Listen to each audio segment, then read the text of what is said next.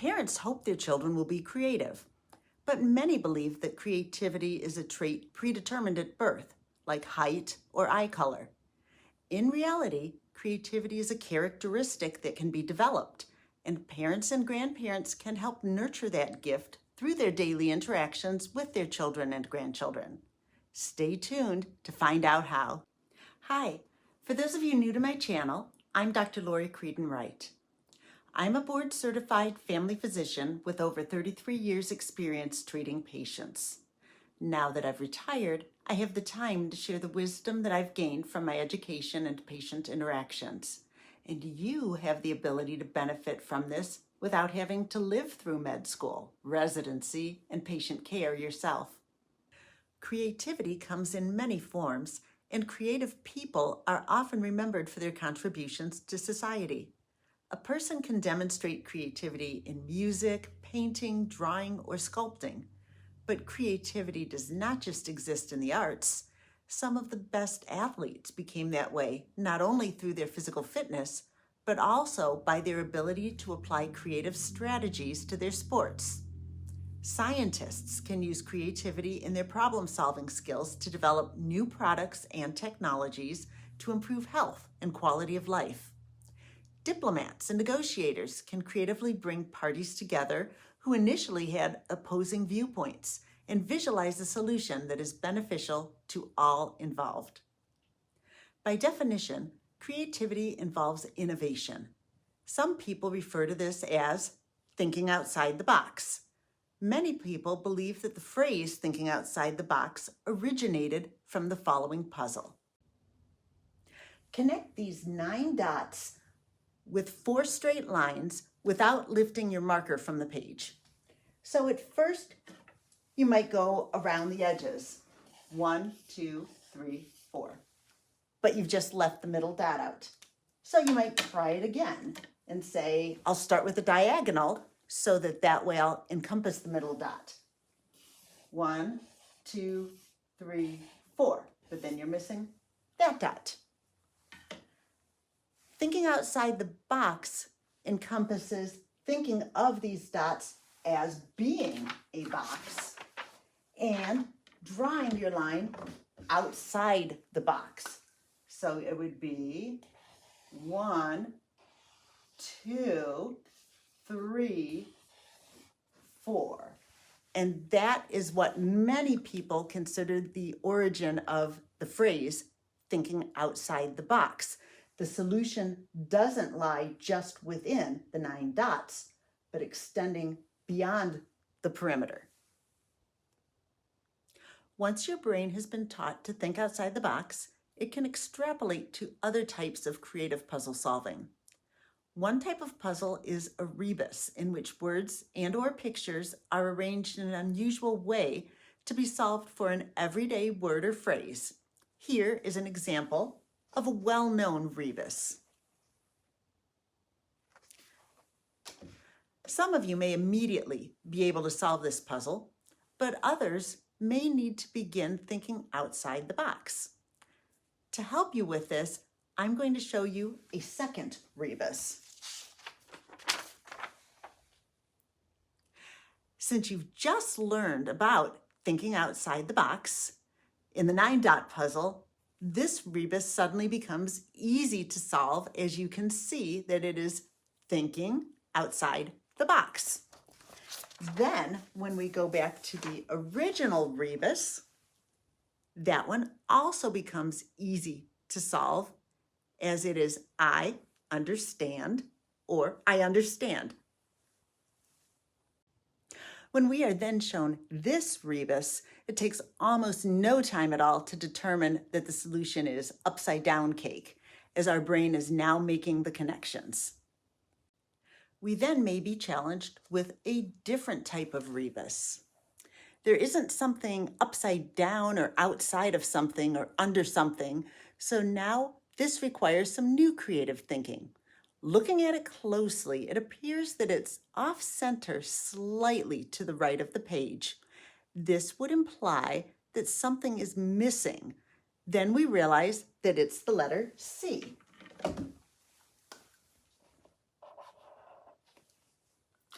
Once we realize that, we now have a solution, long time, no see, because a century is a long time, but this one doesn't have the letter C in it. Now that our brain has determined that letters could be missing, it makes solving the next rebus simple. The solution to this rebus is Space Invaders. Lastly is a rebus that I think is cute and playful. When we look at this alphabet, our brain tells us to look to see if something may be missing. And as we go through the alphabet, we notice that it's the letter U. Therefore, the solution to this rebus is missing U. Another way to develop creativity is to work on lateral thinking. Lateral thinking involves coming up with a solution to a problem by looking at it from a perspective that is typically different than the initial impression. For example, when asked, what weighs more, a pound of feathers or a pound of bricks? Many people will answer a pound of bricks because bricks are denser than feathers, but that wasn't the question. The answer is they both weigh the same because a pound is a pound. It simply would take many more feathers to make up a pound than it would bricks. Another classic lateral thinking riddle is, I have 2 US coins and they total 30 cents. One of them is not a nickel. What are the coins? The answer is a quarter and a nickel. Many people will then say, you said one of them is not a nickel. And the answer is the other coin is the nickel. By coming up with and challenging your children and grandchildren with lateral thinking puzzles, you may help encourage the development of their creative problem solving in a fun and interactive way. So creating and solving brain teasers with your children or grandchildren is one way to begin nurturing creativity. Another way is reading mystery stories together, perhaps starting with stories with a simple twist ending and gradually progressing to true mysteries based on age and maturity level. Encourage them to write or tell stories as well. It can start in early childhood. You can start by creating an imaginary situation for one of their stuffed animals and encourage them to tell you what happens next.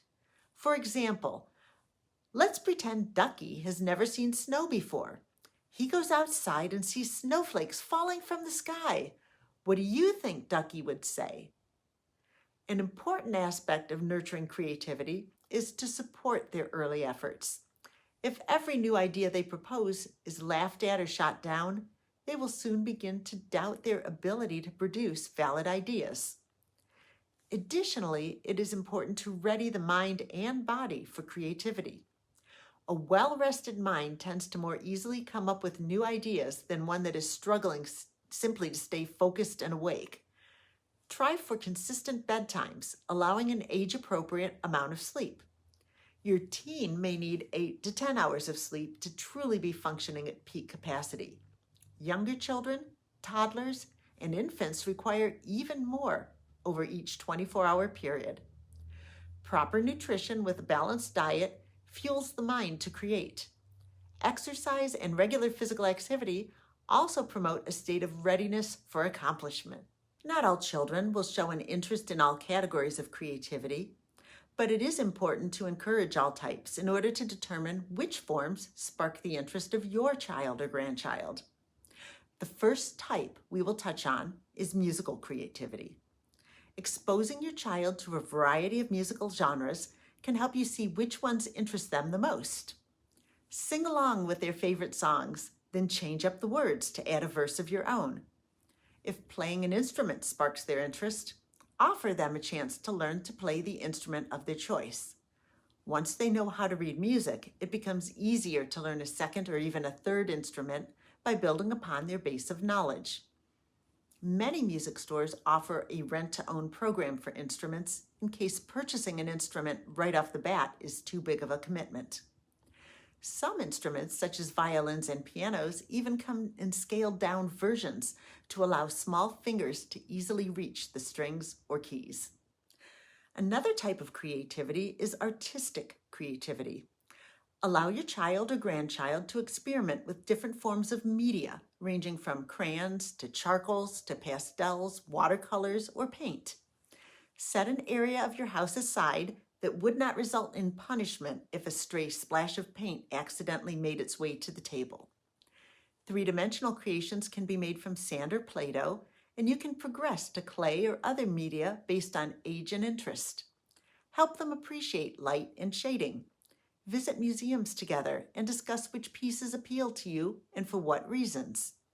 Allow them to experiment with mixing colors together, even if you feel certain the result is not going to be what they desire. In this way, they can learn how colors and textures work together, and they can also learn from experience which ones don't work together. Athletic creativity is another passion that can be nurtured. Although most people associate creativity with dance and choreography, other athletic experiences utilize creativity as well, especially in the upper echelons. In fact, many elite athletes work with sports psychologists to enhance their performance. You can help by teaching your child or grandchild to visualize exactly how their body will feel as they flawlessly execute their athletic performance.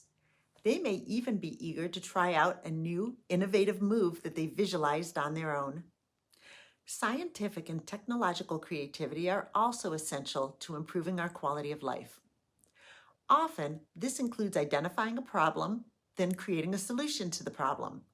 This can be encouraged by listening to your child's questions and questioning them back as to how they think the problem can be solved. Initially, it may just be determining what the ideal solution would be.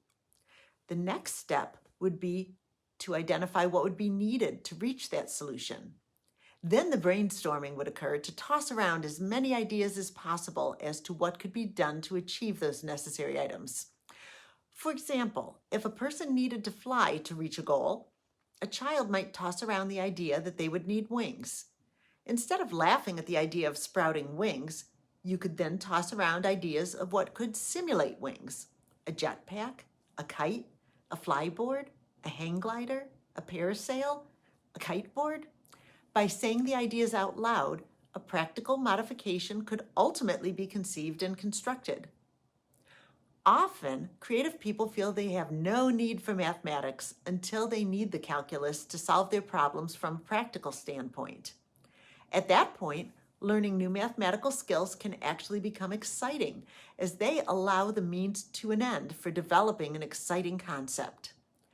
Access to 3D constructing toys such as Lego, K'NEX, and Magnetiles can enhance a child's creativity by allowing them to attempt to physically manifest the ideas they have. Diplomatic creativity allows a person to help bridge a gap between people or cultures. Helping your child or grandchild experience life from the perspective of a different culture will help open doors to understanding the viewpoints of others.